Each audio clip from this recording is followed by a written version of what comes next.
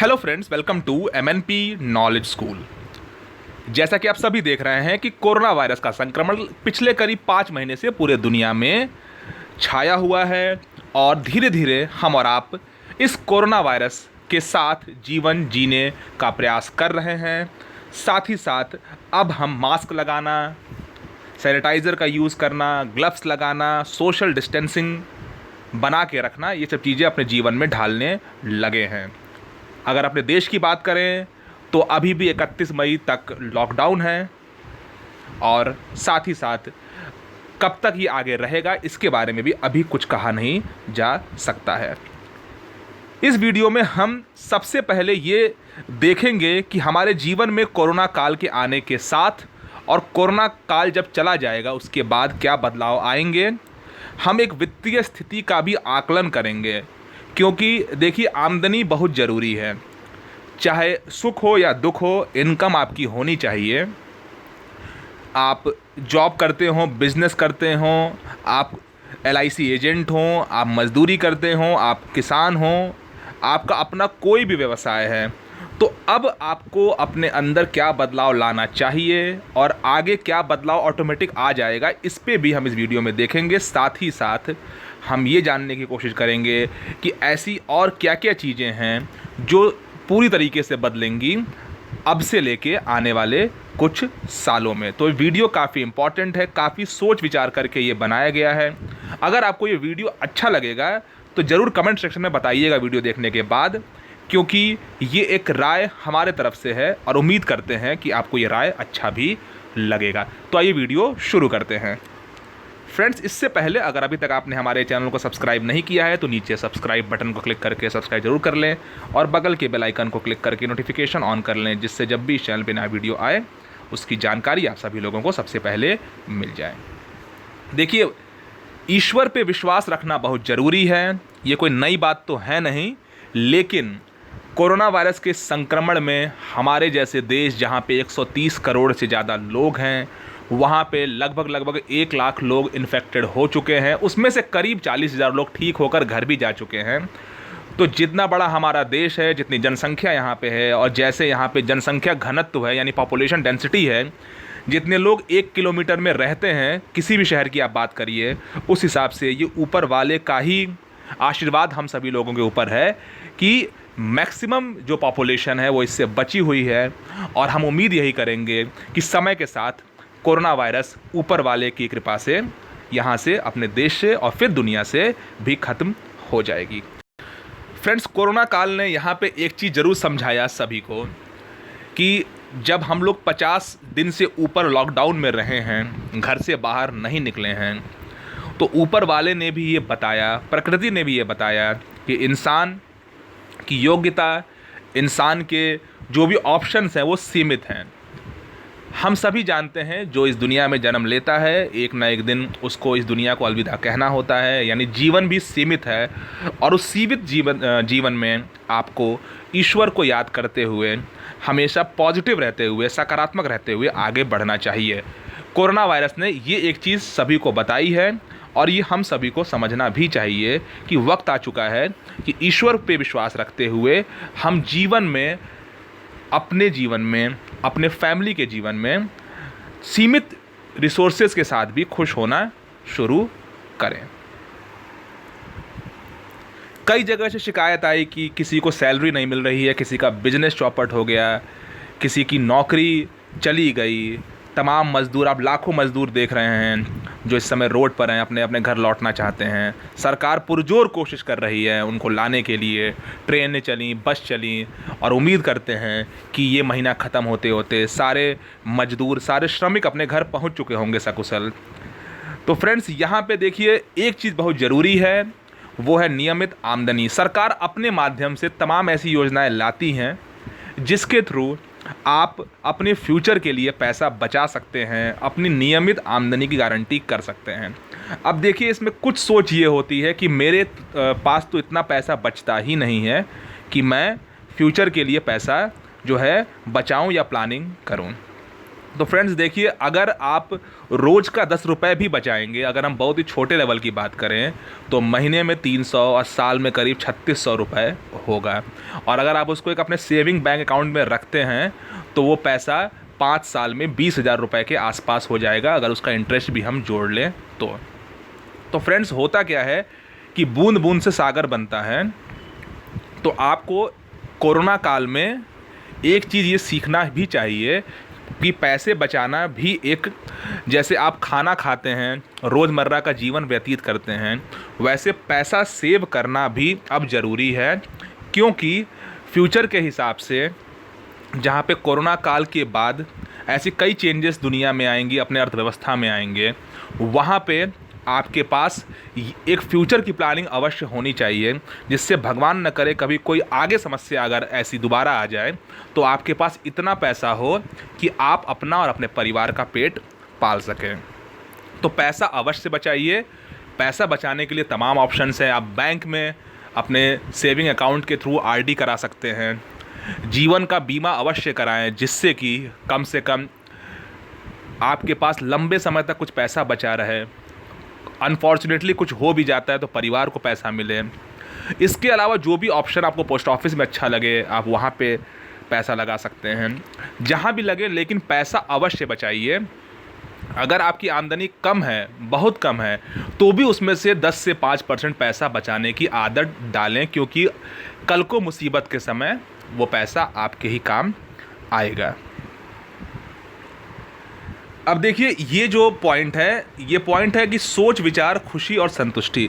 Friends देखिए, हुआ ये है कि इधर 10-15 सालों में सबके पास स्मार्टफोन हो गए हैं। फैमिली में ऐसे कई मेंबर्स हैं जिनके पास 2-2, 3-3 स्मार्टफोन्स हैं। कोई अपना रिश्तेदार या पड़ोसी या दोस्त अगर कहीं बाहर घूमने जा रहा है तो हमें भी जाना है। अगर हमारा काम बाइक से जाकर हो सकता है तो भी हम कार लेकर जाएंगे, क्योंकि हमें अपना स्टेटस दिखाना होता है। ठीक है, हफ्ते में शनिवार रविवार को बाहर खाना खाने का फैशन हो चुका है। ब्रांडेड कपड़े जो हम पहनते हैं, क्योंकि हम नॉर्मल 200, 400, 500 के कपड़े नहीं पहनेंगे, अन्यथा हमारा नाक कटेगा, ऐसा हम सोचते हैं, बल्कि ये सोच गलत है। आज के टाइम पे अगर बच्चे का बर्थडे पार्टी भी होता है, वहाँ पे भी लाखों रुपए खर्च हो जाते हैं। अगर आज से 10-15 साल पहले की बात करिए तो घर में ही केक कट जाता था, पूजा पाठ हो जाता था और बहुत सस्ते में सारा कुछ निपट जाता था। लेकिन अब ये एक बर्थडे पार्टी है या कोई भी एनिवर्सरी है, उसमें पैसा खर्च करने की एक परंपरा हो चुकी है। शादी होती है, कोई फंक्शन होता है, और भी वहाँ पे भी आप देखते हैं कि लाखों रुपए खर्च हो रहे हैं। प्राइवेट स्कूल में जब बच्चों को पढ़ाते हैं तो हमारा ऐसा पेरेंट्स ये मानना होता है कि जहाँ पे सबसे ज़्यादा फीस होगा वहाँ पे पढ़ाई सबसे अच्छी हो रही होगी, बल्कि ये सोच भी गलत है। फ्रेंड्स, फीस से पढ़ाई का कोई मतलब नहीं है। मतलब है कि आप अपने बच्चे को किस तरीके से गाइड करते हैं, उस स्कूल में उसको किस तरीके से गाइड किया जाता है। एक सामान्य टीचर भी जिसको ज्ञान है, भले वो प्राइमरी पाठशाला में ही क्यों ना पढ़ा रहा हो, वो आपके बच्चे का भविष्य सुधार देगा। लेकिन हम फीस से ये हम कंपेयर करते हैं कि अगर इस स्कूल का फ़ीस ज़्यादा होगा तो वो स्कूल अच्छा ही होगा। ये सोच भी अब बदलने का वक्त आ गया है। तो फ्रेंड, ये कुछ बातें हैं, इसलिए हमें अपनी सोच को, अपने विचार को बदलना पड़ेगा, पॉजिटिव रहना पड़ेगा। हमें खुशी की अनुभूति करते हुए, ठीक है, ये देखना पड़ेगा कि हमारे और हमारे फैमिली के लिए क्या अच्छा है। जहाँ पे कोई ब्रांडेड कपड़ा हो या ज़्यादा पैसा खर्च करके हमें खुशी मिल जाएगी, तो वो खुशी नहीं है, वो कहीं ना कहीं हम गलत ट्रैक पे जा रहे हैं। तो कोरोना काल में ये भी बताया गया है कि आप रीज़नेबल रहिए, चीज़ों को सही गलत समझिए। ये चीज़ काफ़ी ज़रूरी है। देखिए, लोगों को कोरोना वायरस से जब इन्फेक्शन होता है तो हेल्थ ख़राब होता है, लोगों की जान भी गई है और काफ़ी लोग 15-15 दिन, 1-1 महीना हॉस्पिटल में एडमिट भी रहे हैं। तो हम लोगों का लाइफ स्टाइल भी ख़राब हो चुका है, उससे हमारी इम्यूनिटी पावर भी कम हुई है।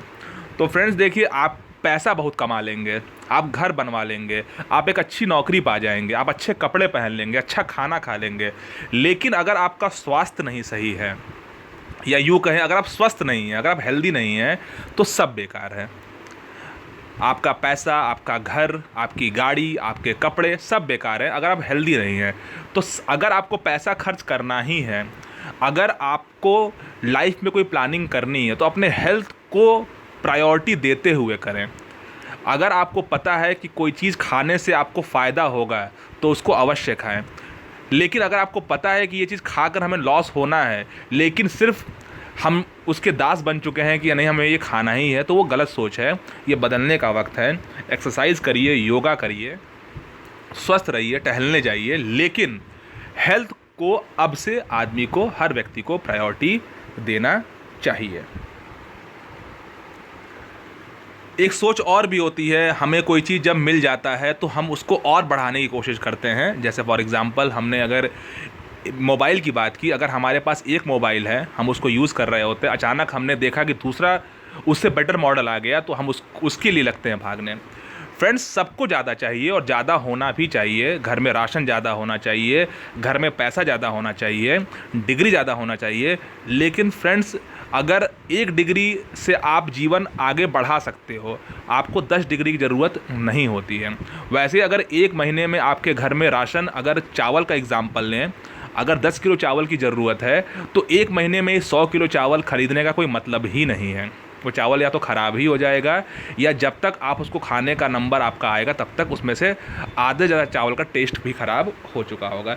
तो बेटर है कि आप चीज़ें अपने पास इनफ रखिए, लेकिन मोर देन इनफ मत रखिए, क्योंकि वो बेकार होता है, चाहे वो सामान हो या कोई भी चीज़ हो। तो ये सोच भी कोरोना आपको बता रही है कि आपको अपने पास चीज़ें सफिशिएंट रखनी है, मोर देन सफिशिएंट नहीं रखनी है। फ्रेंड्स, अगर छठवें पॉइंट की बात करें, तो देखिए कोरोना ने एक चीज़ और सिखाया है कि जैसे कि आप सभी पिछले 50-60 दिनों से लॉकडाउन में रहे हैं, तो आप रहे अपने फैमिली के साथ हैं, बीवी बच्चे, माता पिता, भाई बहनों के साथ आप रहे हैं और आप खुश रहे हैं। आपने घर का खाना खाया है, आपने घर की हवा ली है, फैमिली के साथ आपने टाइम स्पेंड किया है। तो आपने भी ये चीज़ एहसास किया होगा कि खुश रहने के लिए सीमित चीज़ें ही ज़रूरी हैं। यानी कि ऐसा नहीं है कि आपको बहुत ज़्यादा लोगों की ज़रूरत है, जिनसे आप पहले रोज़ मिलते थे, उनसे आप 2 महीने 3 महीने से नहीं मिले हैं। लेकिन ऐसा नहीं है कि उनका इम्पोर्टेंस आपके जीवन में नहीं है, इम्पोर्टेंस तो अवश्य है। लेकिन फ्रेंड्स, ये समझने की ज़रूरत है कि आप ज़्यादा समय अपने फैमिली के साथ दें, क्योंकि वो ज़्यादा इम्पॉर्टेंट हैं, जैसा कि आप इस दौर में देख रहे होंगे। ठीक वैसे सामान का है, आप सीमित चीज़ें अपने पास रखें। अगर एक कार से फैमिली काम चला सकती है, तो एक कार रखें, 10 कार रखने का कोई मतलब नहीं है। आज वो 10 कार आपके गोडाउन में, आपके पार्किंग में, उसमें धूल लगे हुए होंगे, क्योंकि वो निकल नहीं सकता है। आप अगर घर में 2 बाइक की ज़रूरत है, तो 2 रखें, आप 5 बाइक मत रखें। अगर आपका ज़रूरत एक फ़ोन से काम चल सकता है, तो एक फ़ोन रखें, 5 फ़ोन का कोई मतलब नहीं है, क्योंकि एक बार में आप एक फ़ोन से ही बात कर सकते हैं, यूज़ कर सकते हैं। तो फ्रेंड, ऐसी कई चीज़ें हैं, सीमित चीज़ें रखें, बहुत ज़्यादा चीज़ें रखने का कोई मतलब नहीं रह गया है। और आवश्यकता भी उतना ही बढ़ाएं जितनी ज़रूरत हो, क्योंकि फ्रेंड्स, कई लोगों ने ये फील किया, कई लोगों ने इतना लोन ले रखा था कि अब जब लॉकडाउन के टाइम पे उनकी सैलरी कम हुई या नहीं आई या आमदनी घट गई, तो वो उस लोन की ईएमआई चुकाने में उनको प्रॉब्लम हुई। क्रेडिट कार्ड का इतना ज़्यादा बिल हो चुका था कि वो मार्च अप्रैल में क्रेडिट कार्ड का बिल जमा ही नहीं कर पाए। तो फ्रेंड्स, हुआ क्या कि हम लोगों ने अपने आवश्यकताओं को इतना बढ़ा लिया है कि अगर कोरोना का ये काल अगर साल 2 साल चल गया, तो काफ़ी प्रॉब्लम लोगों को होनी है। तो हमें अभी से ये चीज़ सीख लेना चाहिए कि अभी से लेके अपने शेष अगले 20, 30, 40 साल जो भी हमारी प्लानिंग है, उसमें हम अपने जो आवश्यकताएं हैं उनको उतना ही रखें जितना हम उसको अफोर्ड कर सकें।